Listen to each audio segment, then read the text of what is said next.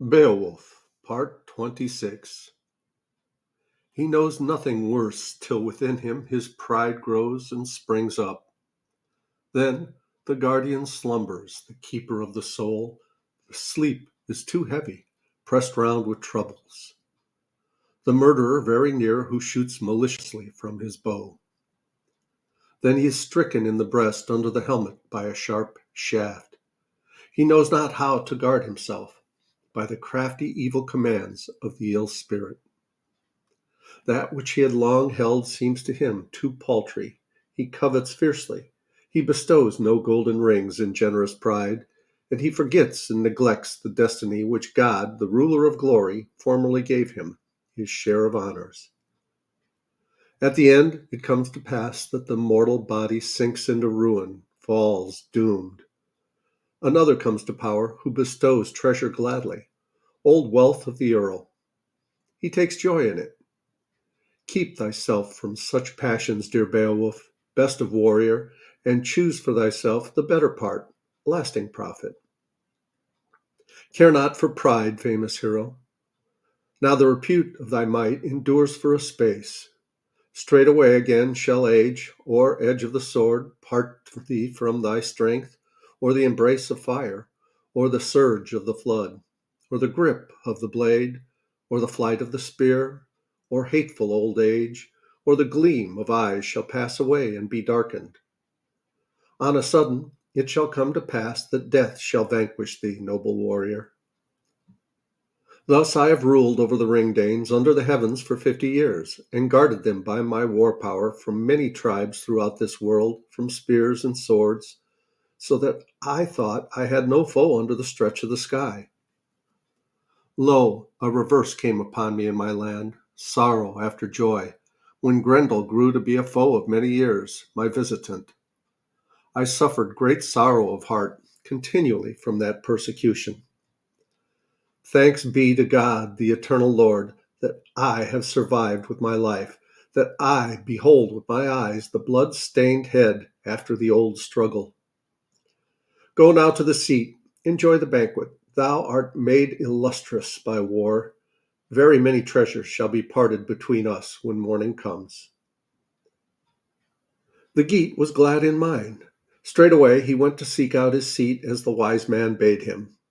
Then again, as before, the meal was fairly spread once more for men in hall famed for their courage. The covering night grew dark over the noble warriors. The veterans all rose up. The gray-haired, aged Skelding was minded to seek his bed. It pleased the Geat, the mighty shield warrior, exceedingly well to rest.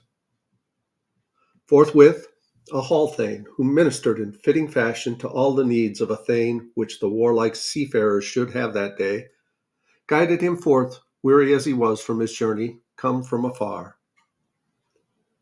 The great-hearted man took his rest. The building towered up wide-gabled and gold-plated.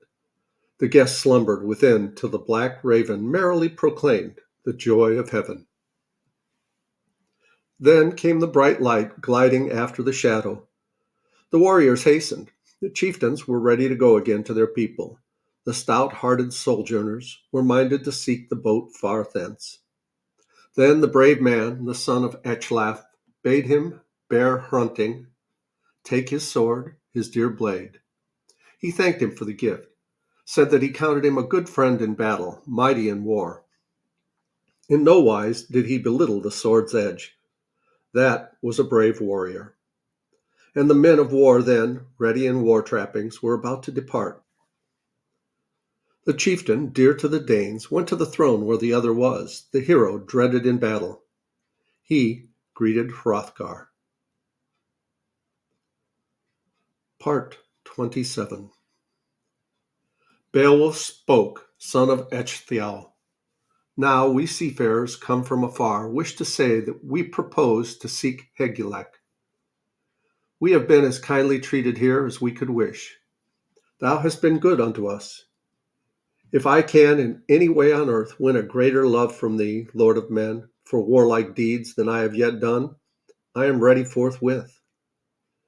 If beyond the compass of the floods I hear that thy neighbors press upon thee with dread war, as at times foes have done to thee, I shall bring to thy help 1,000 thanes and heroes. I know that Hygelac, the lord of the Geats, protector of the people, though he is young, will aid me in words and deeds to support thee well and bear a spear in thy aid, mighty succor, if thou hast need of men.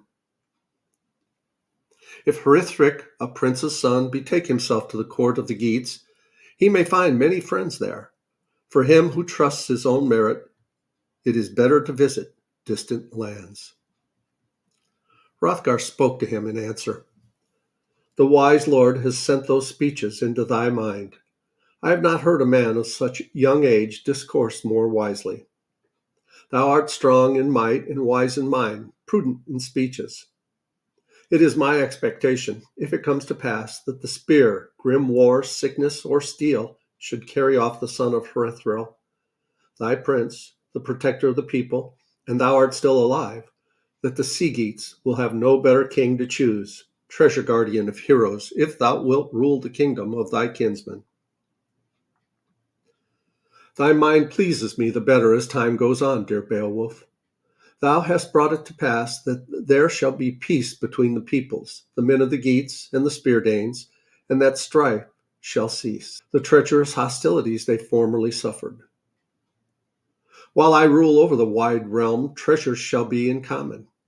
Many a man shall greet another with gifts across the Gannet Bath. The ring-proud ship shall bear offerings and love tokens over the sea. I know the people from old tradition to be wholly blameless towards friend and foe when they are of one mind. Then, moreover, the protector of earls, the son of Healfdene, gave to the house 12 treasures. He bade him seek his dear people in safety with those offerings. Come again speedily. Then the king of noble race, the prince of the Scyldings, kissed the best of thanes and fell upon his neck. Tears fell from him, the gray-haired man. There was the chance of two things for him, the old man full of years, but more of one, that they should not see one another again, brave men in talk together. That man was so dear to him that he could not stifle the trouble in his heart, but, fast bound in the thoughts of his heart, the secret longing for the loved man burned in his blood. Thence Beowulf strode over the grass meadow, the warrior proud of his gold, glorying in treasure. The seagoer riding at anchor, awaiting its lord. Then Hrothgar's gift was often praised on the voyage. That was a king blameless in all ways till old age, which has done hurt to many, robbed him of the joys of strength. Part 28.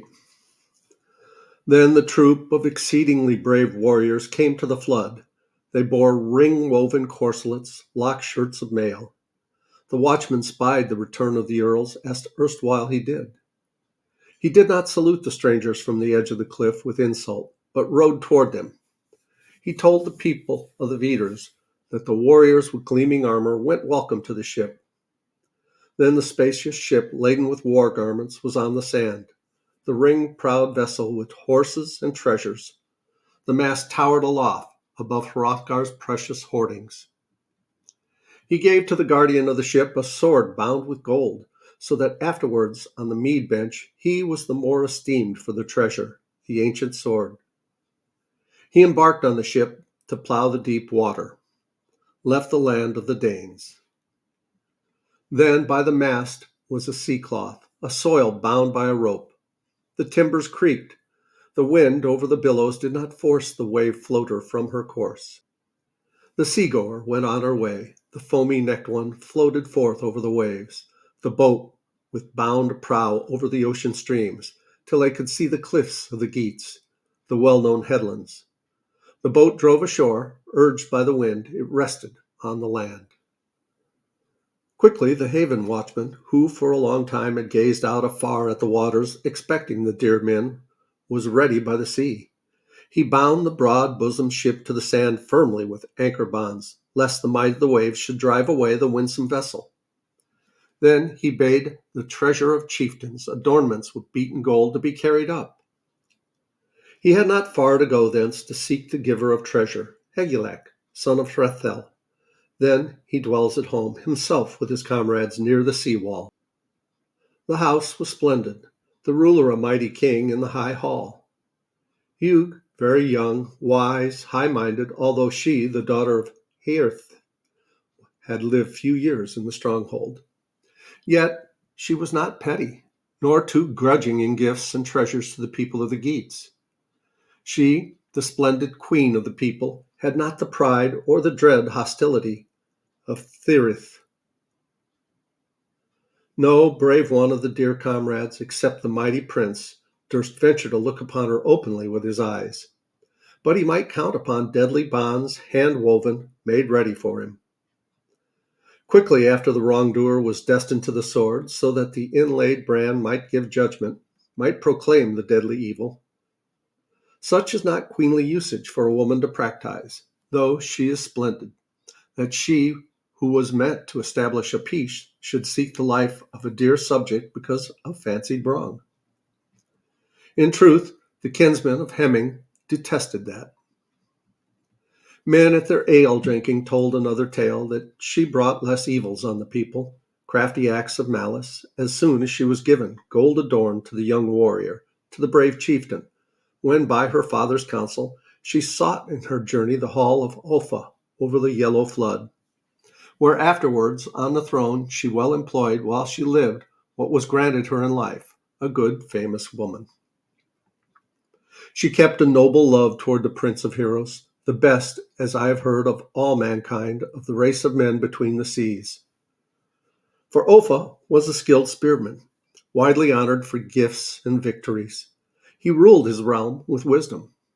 From him sprang Eomer, for a help to heroes. Kinsman of Hemming, grandson of Garmund, mighty in onslaught. And we'll continue with part 29 in the next video. Please like, subscribe, leave a comment below. I'd love to hear from you guys. I love you. As Tigger says, ta-ta for now.